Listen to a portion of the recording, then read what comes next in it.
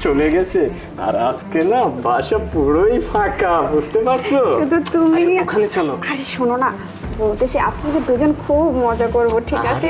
Baby ওইসব চিন্তা করবে না, আমার বউ তো অফিসে চলে গেছে, বলছে যে কালকে আসবে।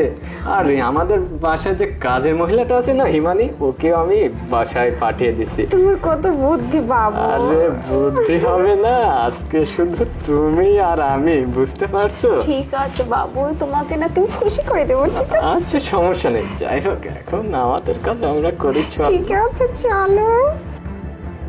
আমিরুল, আরে শান্তা, তুমি এখন এই সময়? কি ব্যাপার? এখানে কি হচ্ছে? আর মেয়েটাকে? না, এই মেয়েটা ওই যে মানে আমার বান্ধবী ওই যে একটা বিষয়ে জানতে আসছিল, তো এই আর কি। অন্য তোমার কিছু না। বান্ধবী, অথচ আমি চিনি না?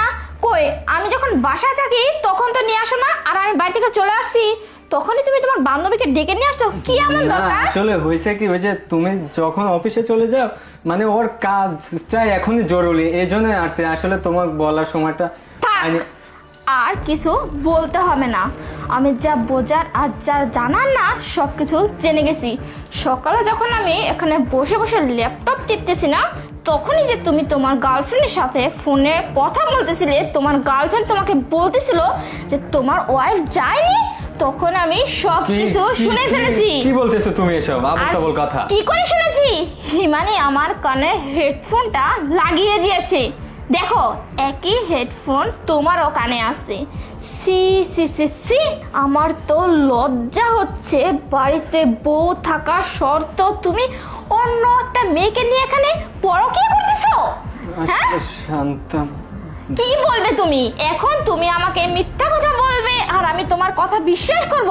না না না, আমি যা জানার তো সেটা জেনে গেছি। কতদিন ধরে চলতেছে এইসব? ও, তার মানে আমি যখন অফিসে চলে যাই তখন তুমি প্রতিনিয়ত এই মেয়েকে ডেকে নিয়ে এসে সময় কাটাও, তাই না? কি হলো, কথা বলছো না কেন? আসলে থাক, আমার আর কিছু জানতে হবে না। আজকে তো আমি নিজের চোখে সব কিছু না দেখলে বিশ্বাসই করতাম না।